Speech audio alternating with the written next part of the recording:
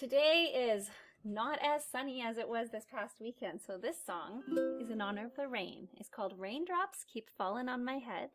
It was written by a man named Burt Bacharach, and it was written in 1969.